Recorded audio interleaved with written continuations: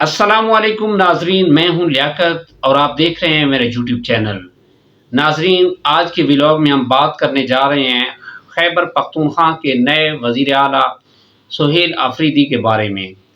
एक ऐसा वक्त जब सूबा कई सिक्योरिटी, सियासी और मुआशी चैलेंजेस का सामना कर रहा है।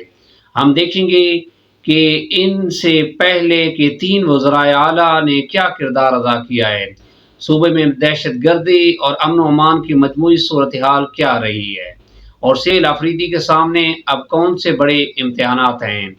वीडियो को आखिर तक देखिएगा ताकि आपको मुकम्मल गैर जानिबदाराना तजर्बा मिले। तो चलें शुरू करते हैं। जी नाजरीन, सुहेल आफरीदी का ताल्लुक खैबर पख्तूनख्वा के कबायली इलाके से है। वो सूबाई असम्बली के सरगर्म रुकन और एक मोतदिल सियासी शख्सियत के तौर पर जाने जाते हैं। इनका इंतखाब इस वक्त वज़ीर आला के तौर पर किया गया जब सूबा न सिर्फ दहशत गर्दी के ख़तरात का सामना कर रहा है बल्कि सियासी कशीदगी और माली मुश्किलात भी बढ़ती जा रही है। सुहेल आफरीदी को पार्टी के अंदरूनी इख्तलाफात के बावजूद एक मुतवाज़न और काबिल कबूल उम्मीदवार के तौर पर सामने लाया गया। तजर्बाकारों के मुताबिक इनका मिजाज गैर महाज आराई पसंद और इंतज़ामी इनके इंतखाब को एक तब्दीली और इस्तेकाम की कोशिश समझा जा रहा है।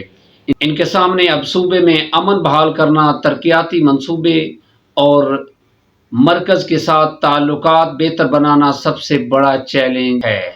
जी नाजरीन, 2013 से लेकर 2018 तक परवेज खटक पीटीआई हुकूमत के पहले सूबाई चेहरे थे। इनके दौर में पुलिस रिफॉर्म, सेहत और तालीम के निज़ाम में बेहतरी के इक़दामात किए गए। सिक्योरिटी की सूरत हाल इस वक्त निस्बतन बेहतर होना शुरू हुई जब फौजी ऑपरेशंस के बाद अमन बहाल होने लगा। परवेज खटक का अंदाज इंतज़ामी और ब्यूरोक्रेटिक था, जिससे सूबे में गवर्नेंस बेहतर हुई। जी नाजरीन, महमूद खान की बात करेंगे, वज़ीर आला जो 2018 से लेकर 2023 तक रहे। सवात से ताल्लुक़ रखने वाले महमूद खान का अंदाज निस्बतन सादा और अवामी था। इनके दौर में कुछ तरक्याती मंसूबे ज़रूर शुरू हुए, मगर कबायली अज़ला में दहशत गर्दी की सरगर्मियों ने दोबारा सर उठाया। पुलिस और फोर्सेस को निशाना बनाने के वाक़यात बढ़े। इंतज़ामी कमज़ोरियों और बढ़ते हुए चैलेंजेस के बायस इनका दौर सलामती के लिहाज से मुश्किल समझा जाता है। अली अमीन गंडा का दौर सियासी कशीदगी का दौर रहा। वफाक और सूबे के दरमियान ताल्लुकात में तनाव बढ़ा।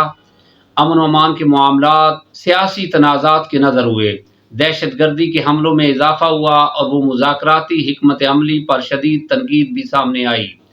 इनका जारहाना सियासी अंदाज सिक्योरिटी पॉलिसी को वाज़ेह सिमत ना दे सका। तो जी नाजरीन, 2014 के बाद खैबर पख्तूनख्वा में दहशत गर्दी के खिलाफ कामयाब ऑपरेशन के नतीजे में अमन बहाल होना शुरू हुआ था। स्कूल, बाजार और इबादत गाहें महफूज होने लगीं, लेकिन 2021 के बाद हालात बदलने लगे। टीटीपी और दीगर शिद्दत पसंद ग्रुपों ने दोबारा सर उठाया और हमले शुरू कर दिए। पुलिस चौकियों, लिवीज एहलकारों और सरकारी तनसीबात को निशाना बनाया जाने लगा। कबायली अज़ला में दहशत गर्दों की नकल व हरकत बढ़ी और अवाम में अदम तहफ़्फ़ुज़ का एहसास दोबारा पैदा हुआ। कारोबार मुतासर हुए, तालीमी इदारों में खौफ का माहौल वापस आया और सूबाई हुकूमत के लिए अमन व अमान सबसे बड़ा मसला बन गया। सुहेल आफरीदी के सामने अब सबसे बड़ा इम्तिहान यही है कि वो इन दोबारा उभरते हुए ख़तरात को कैसे काबू में लाते हैं। सिक्योरिटी फोर्सेस के साथ मुकम्मल ताउन, मरबूत पॉलिसी और अवामी एतमाद बहाल करना उनके लिए नागुज़ीर है। जी नाज़रीन, नए वज़ीर आला को न सिर्फ दहशत गर्दी के मसले का सामना है बल्कि सूबाई मईशत कमज़ोर है, तरक्याती फ़ंड महदूद हैं और वफाक के साथ ताल्लुकात में कशीदगी के आसार हैं। नौजवानों को रोज़गार फराहम करना, तालीम और सेहत के निज़ाम को मजबूत बनाना और सियाहत को दोबारा फ़ाल करना बड़े हदफ होंगे। आवाम चाहती है कि नए हुकूमत एक वाज़ेह लाएअमल पेश करे और पिछले अदवार की कमज़ोरियों को दूर करे।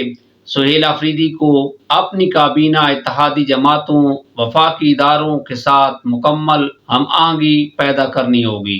یہی ان کی سیاسی اور انتظامی کامیابی کا اصل امتحان ہوگا۔ نئے وزیر اعلیٰ سہیل افریدی کے سامنے راستہ آسان نہیں ہے۔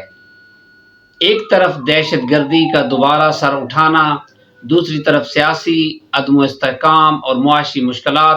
اب دیکھنا یہ ہے ان چیلنجز کا مقابلہ کس حکمت عملی سے کرتے ہیں اور صوبے کو کس سمت میں لے جاتے ہیں۔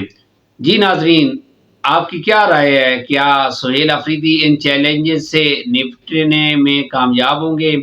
اپنی رائے نیچے کمنٹ میں ضرور دیجیے گا۔ ویڈیو کو لائک کریں اور چینل کو سبسکرائب کرنا نہ بھولیں۔